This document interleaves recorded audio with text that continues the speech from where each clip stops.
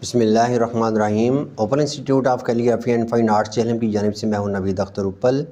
Dear students, तमाम देखने वालों को मेरी तरफ से अस्सलाम वालेकुम। तो आज हम सीखेंगे बिस्मिल्लाहिर्रहमानिर्रहीम और ख़त नस्तालिक के अंदर जब भी आपने ऊपर से नीचे आना है तो आपने कद को तकरीबन बिल्कुल सीधा करके थोड़ा सा तिरछा रखना होता है। बिल्कुल देखें, ऐसे सीधा है, थोड़ा सा तिरछा कर लेना है इस तरीके से। तो अब मैं यहाँ से स्टार्ट करता हूँ। पहली लाइन के ऊपर से हमने स्टार्ट किया, यानी कि एक लाइन जो है, ये जो मैं मार्कर यूज़ कर रहा हूँ, ये एक तो 605 नंबर है या फिर कातब बोल्ड के नाम से, ठीक है। इसकी पहचान ये है कि ये कातब बोल्ड है और इसकी जो टिप है ये काफ़ी मोटी है, 605 नंबर के बराबर है, ठीक है। दूसरा, आपने जो पेपर इस्तेमाल करना है, पेपर आप अच्छा वाला पेपर यूज़ कीजिएगा कि जिसके ऊपर स्याही ना फैले। और तीसरा नंबर पे याद रखना है कि आपने नैरो लाइंस नहीं यूज़ करनी। अगर आपने कातब बोल्ड यूज़ करना है या मास्टर कंपनी का 605 नंबर यूज़ करना है तो फिर आपने उर्दू की जो खुली लाइन वाली कापी है उसको इस्तेमाल करना है, ठीक है। अगर वो उसको इस्तेमाल करेंगे तो जिस तरीके से मैं सिखाऊंगा आप वैसे ही आप सीखेंगे, ठीक है। मेरी अगर आपने कॉपी करनी है तो फिर आपको दिक्कत नहीं होगी। ये ना हो कि मैं खुली लाइनों वाली कापी इस्तेमाल कर रहा हूँ और आप नैरो लाइंस वाली कापी इस्तेमाल कर रहे हो, तो फिर यह है कि दोनों में डिफरेंस हो जाएगा, ठीक है। तो अभी देखें कि मैं पहले स्टार्ट करता हूँ ऊपर एक लाइन से, किसी भी लाइन से आप स्टार्ट कर सकते हैं, ठीक है। ये उर्दू की खुली लाइन वाली कापी है। तो आपने पहले बनाना है अलिफ, छोटा सा अलिफ बनाएंगे, ठीक है, इस तरीके से। अब जब आपने कशिश खींचनी है बिस्मिल्लाह यानी कि सीन को बनाना है, तो उस वक़्त मैं क्या करूँगा कि इसको मार्कर की जो टिप है आगे यानी कि जो कट है, इसको थोड़ा सा मैंने तिरछा कर लिया है, ठीक है। ये देखें, तिरछे कट से मैं स्टार्ट करूँगा और नीचे दो लाइनों के दरमियान में आके मैंने इसको ख़त्म करना है। और जहाँ पे पहुँच के कट को मैंने अपोजिट कर लिया है, जैसे मैंने स्टार्ट किया था उस एंगल पे नहीं ख़त्म किया। ये देखें, यहाँ से तिरछा लेके आया हूँ और आस्ता आस्ता यहाँ पे सीधा करते करते मैंने अपोजिट यहाँ पे ख़त्म किया है और ऊपर एक नोक बना दी है, ठीक है। अब देखें कि यहाँ पे फिर मैं इसी तरीके से रखूँगा जैसे मैंने यहाँ से स्टार्ट किया था। आपने कट का जो एंगल है उस पे आपने गौर करना है। अब देखें कि मीम को मैं बनाऊँगा तो यहाँ से मीम को किस तरीके से बनाऊँगा कि आपने ये जो ख़त्म किया है इसी के साथ मैंने नीचे यहाँ पे रखना है इसको, ठीक है। और यहाँ से मैं इसके अंदर जाके गोलाई करके इसकी गर्दन बनाई मीम की। अब यहाँ से मैंने जब अलिफ बनाना है बिल्कुल कट को सीधा करके नीचे लाइन तक आपने आ जाना है इस तरीके से। अब देखें, जब भी ऊपर से नीचे आए हैं तो ये बारीक बनाना है। और बारीक कैसे बनेगा कि कट को आपने बिल्कुल सीधी हालत में रखना है, ऐसे तिरछा नहीं रखेंगे, ऐसे सीधा रखेंगे, ठीक है। अब याद रखने वाली बात है कि अगर आप सीन के दंदाने बनाते हैं तो फिर किस तरीके से आप लिखेंगे। फिर मैं यहाँ से स्टार्ट करूँगा, लाइन के नीचे से स्टार्ट किया और सीन के दंदाने बनाने हैं नोक के साथ। और आखिरी दंदाना जो तीसरा है, यहाँ पे मैंने मद को बनाया है। जैसे आप अलिफ के ऊपर मद को बनाते हैं, ये मैंने मद बनाई है, ठीक है। तो ये नोक के साथ दंदाने बनाएंगे। उसके बाद यहाँ पे मीम जो बनेगा, यहाँ पे देखें, ये जैसे नुक्ता लगाऊंगा मैं, नुक्ता तो होता है इस एंगल पे, ये देखें यहाँ पे मैं नुक्ता लगाता हूँ, ये 45 डिग्री के एंगल पे ये नुक्ता लगता है। लेकिन मीम को बनाने के लिए नुक्ता ही बनाऊंगा, लेकिन इस डायरेक्शन में नहीं बनाऊंगा, बल्कि यहाँ पे थोड़ा सा ऐसे सीधा कर दूंगा, ठीक है। अब यहाँ से मैं मीम का सर बंद करते हुए इसकी गर्दन बनाऊंगा और यहाँ से मैंने क्या करना है कि बिल्कुल सीधी इसकी दुम बना देनी है। अब देखिए ना, दोनों में क्या फ़र्क है। अब हम आगे चलते हैं। मैं लिखता हूँ अल्लाह, यहाँ पे अलिफ को लिखना है,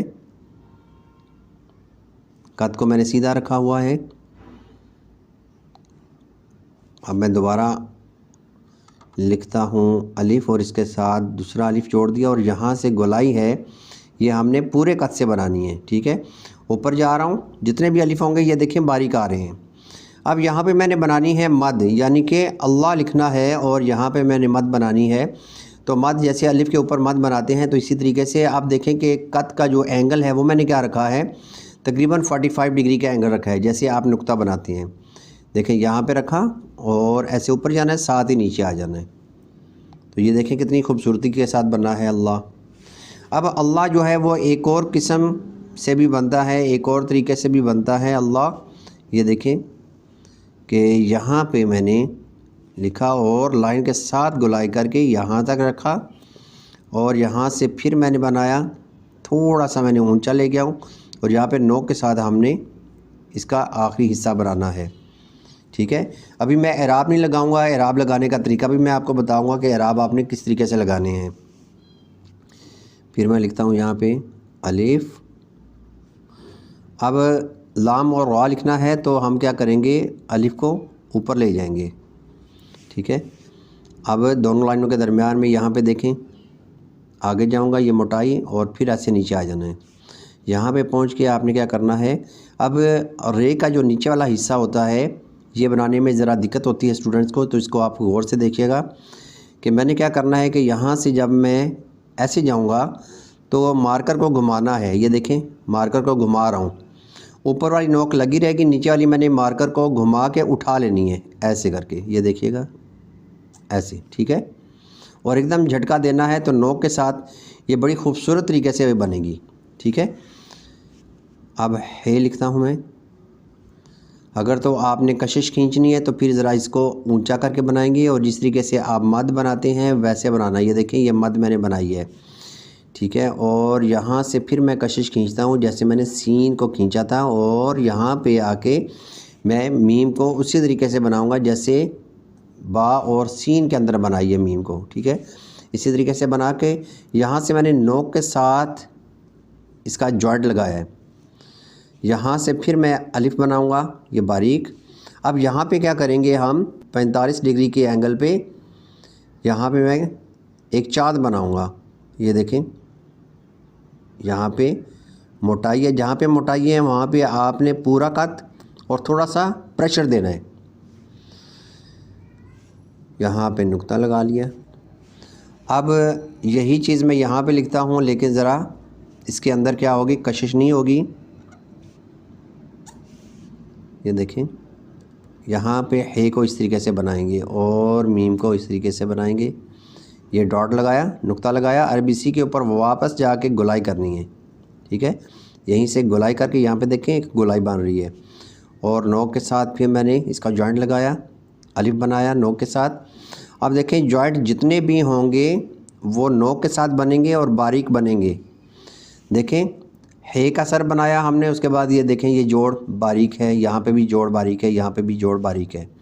ठीक है, गोलाई जो है ना वो मोटी आ रही है, जितनी भी गोलाइयाँ होंगी वो मोटाई में आएंगी। ये देखें यहाँ पे अल्लाह की मोटाई है, यहाँ पे बेशक छोटी है लेकिन ये फुल कद के साथ है, पूरे कद के साथ है।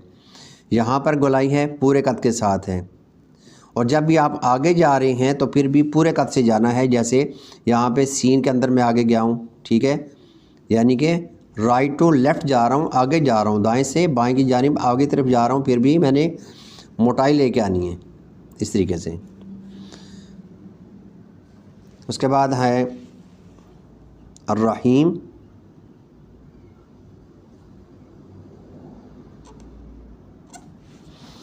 अब यहाँ पर भी मैं इसको खींचता हूँ। ये देखें ये कशिश मैंने खींची है और आपकी बार क्योंकि अब ये भी आ गई है बीच में।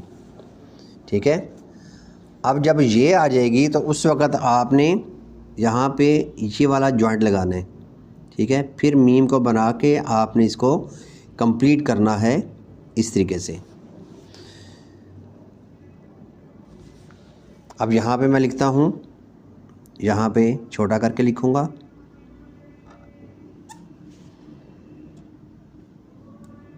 इसके अंदर से ही यानी कि हे के करीब से ही आपने जॉइंट बनाना है। और जॉइंट कौन सा, यहाँ पे मद नुमा आ रहा है, यानी कि मद की तरह आ रहा है। नुक्ते हम यहाँ पे लगा देंगे। नुक्ते आपने बीच में नहीं घुसाने, नुक्ते आप खुली जगह पे यहाँ पे देखें बैलेंस हो गया है, इधर से भी फासला देखें, इधर से भी देखें। ठीक है, तो इस तरीके से बैलेंस हो गया। अब बारी आती है कि आपने एराब कैसे लगाने हैं। एराब लगाने का तरीका ये है कि आप मार्कर की जो नोक है, मार्कर की ये जो बड़ी नोक है इसके साथ हम लगाएंगे, लेकिन मार्कर की नोक के ऊपर आपने ज़्यादा प्रेशर नहीं देना ताकि इसकी नोक जो ना वो ख़राब ना हो। ये देखें,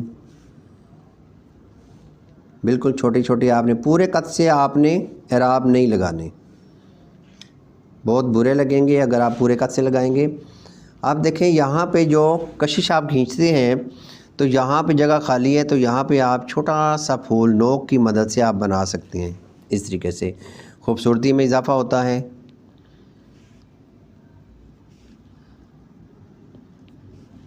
अब इसकी जो ज़ेर है हीम की हम यहाँ पे लगा देते हैं, क्योंकि हमारे पास काफ़ी जगह है।